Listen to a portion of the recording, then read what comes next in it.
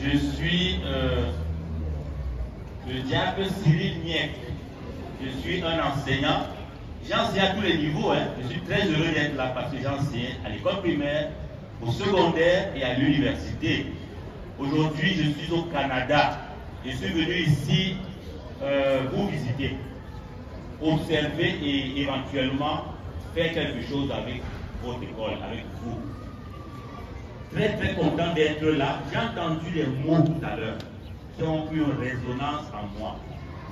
D'abord, je ne savais pas qu'on faisait déjà la philosophie en seconde. Moi, je suis la vieille école. Nous, la philosophie, c'est en terminale. Moi, je n'ai pas connu. Je ne savais même pas qu'on fait la philosophie en seconde. Donc là, j'apprends quelque chose. Je vous dis, oui.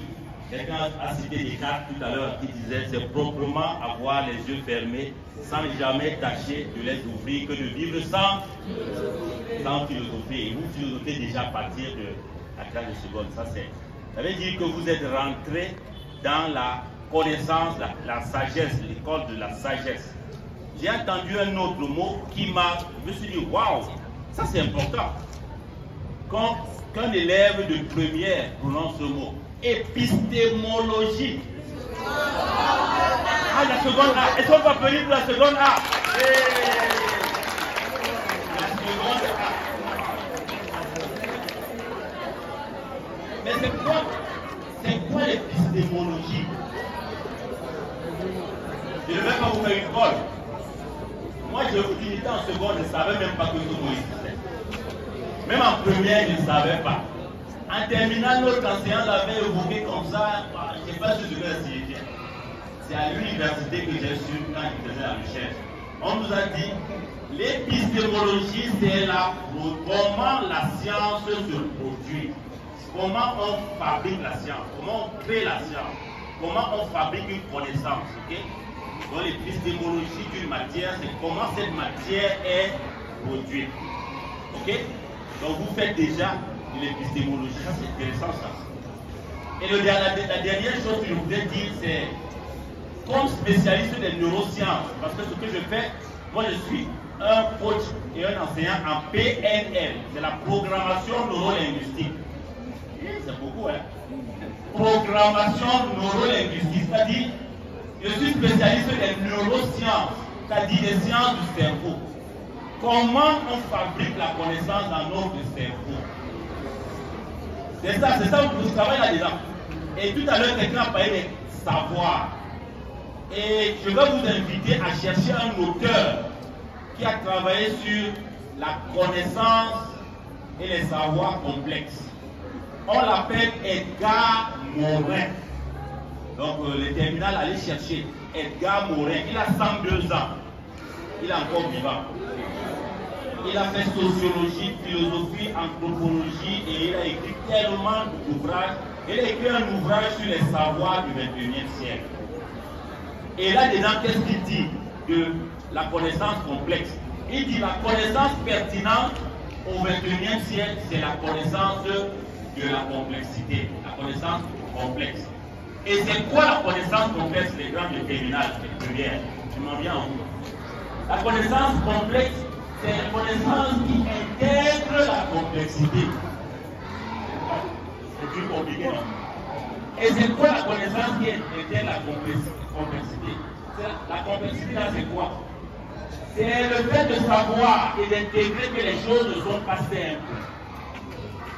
Vous voyez la paume de main et mon. Vous voyez ici, ça paraît jaune, ici, ça paraît. Pourtant, c'est la même main.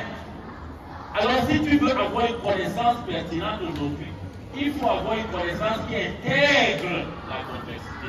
C'est-à-dire, tu es en même temps vertueuse, en même temps vicieuse.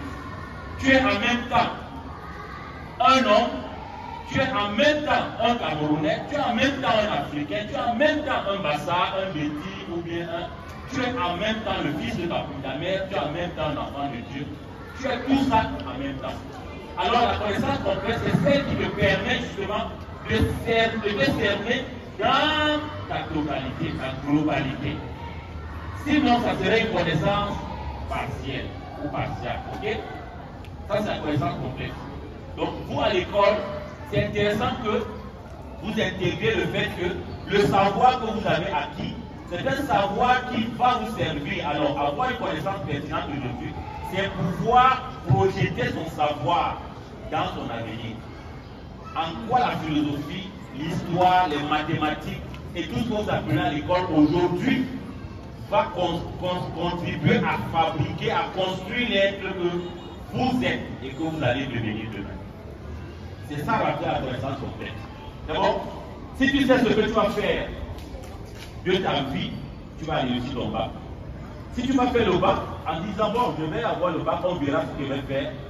Ce bac peut, parce que la vie t'envoie ce que tu lui demandes de manière certaine. Si tu demandes le succès de manière certaine et que tu vas vers le succès, tu auras le succès. C'est bon? Maintenant, les plus jeunes, je vais terminer avec vous.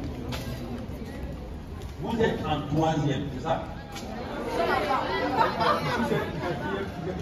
Quatrième, sixième, cinquième. Je suis content parce que moi, quand j'étais en quatrième, sixième, cinquième, je n'avais pas la chance d'être sur la même cour que ceux des terminales.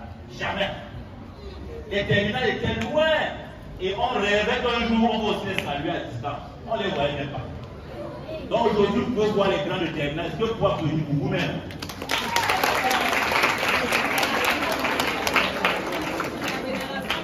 Tout à l'heure, vous avez entendu les grands de seconde que les terminales parler de la philosophie. Ça, c'est vous n'approuvez pas. Vous-même, vous faites la philosophie. La philosophie, c'est la connaissance, la sagesse, l'amour de la connaissance. Est-ce que tu aimes la connaissance? Si tu fais dans la philosophie, tu attends seulement un second pour commencer à étudier maintenant. Ok? Donc, je voulais terminer en vous disant une chose, c'est que votre avenir sera déterminé par votre désir ardent de ce que vous voulez devenir. Si tu veux devenir quelque chose, si tu veux même devenir la présidente, tu entends, tu peux être la présidente du Cameroun. Et si tu veux le devenir, il suffit de te mettre en tête et de faire ce qu'il faut, tu vas y arriver. Tu comprends? Je terminerai en vous disant, le bon Dieu, vous êtes dans une école catholique. Je vous ai dit que je suis un diacre permanent. C'est-à-dire, je suis un ministre ordonné de l'Église. Quand vous êtes dans une école catholique, vous avez la grâce qu'en face de votre salle de grâce se trouve la maison du Seigneur. Vous pouvez de temps en temps passer prier là-bas. Et je vous dis une chose. Demandez à Dieu la grâce de vous aider à bien grandir et avoir une bonne vie. Parce que votre avenir sera déterminé par les choix que vous allez faire à partir d'aujourd'hui. Si tu fais le choix d'une vie en abondance, une vie de prospérité, une vie de réussite, une vie qui va rayonner, tu vas le faire. Tu vas le devenir. Nelson Mandela disait une chose. Qui connaît Nelson Mandela? Ok, il y a quand même deux qui connaissent Nelson Mandela. Les autres ne connaissent pas. Donc les pauvres vont vous dire qui était Nelson Mandela. Vous connaissez Nelson Mandela? Voilà, c'était le premier président noir d'Afrique du Sud. Ok? Il est sorti de la prison pour le palais. Et il disait une chose, que n'allez pas vous rétrécir et vivre petit parce que vous avez peur d'être grand. Sachez que vous êtes grand parce que vous êtes des enfants de Dieu. Dieu vous a créé grand pour rayonner. Moi, j'aimerais revenir dans cette école et vous voir tous rayonner. D'ici quelques années, que vous tous, vous soyez des grands dans ce pays et peut-être dans le monde. J'espère avoir quelques-uns parmi vous au Canada pour contribuer aussi, pour apporter un peu de mana au Canada aussi. Donc, je vous bénis et je vous remercie de m'avoir écouté et je vous dis on se verra bientôt pour faire des choses ensemble. Que Dieu vous bénisse.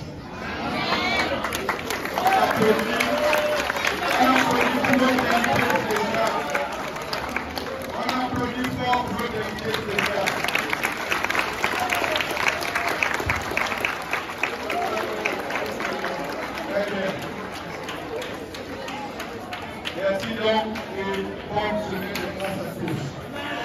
On demande la discipline, les rangs,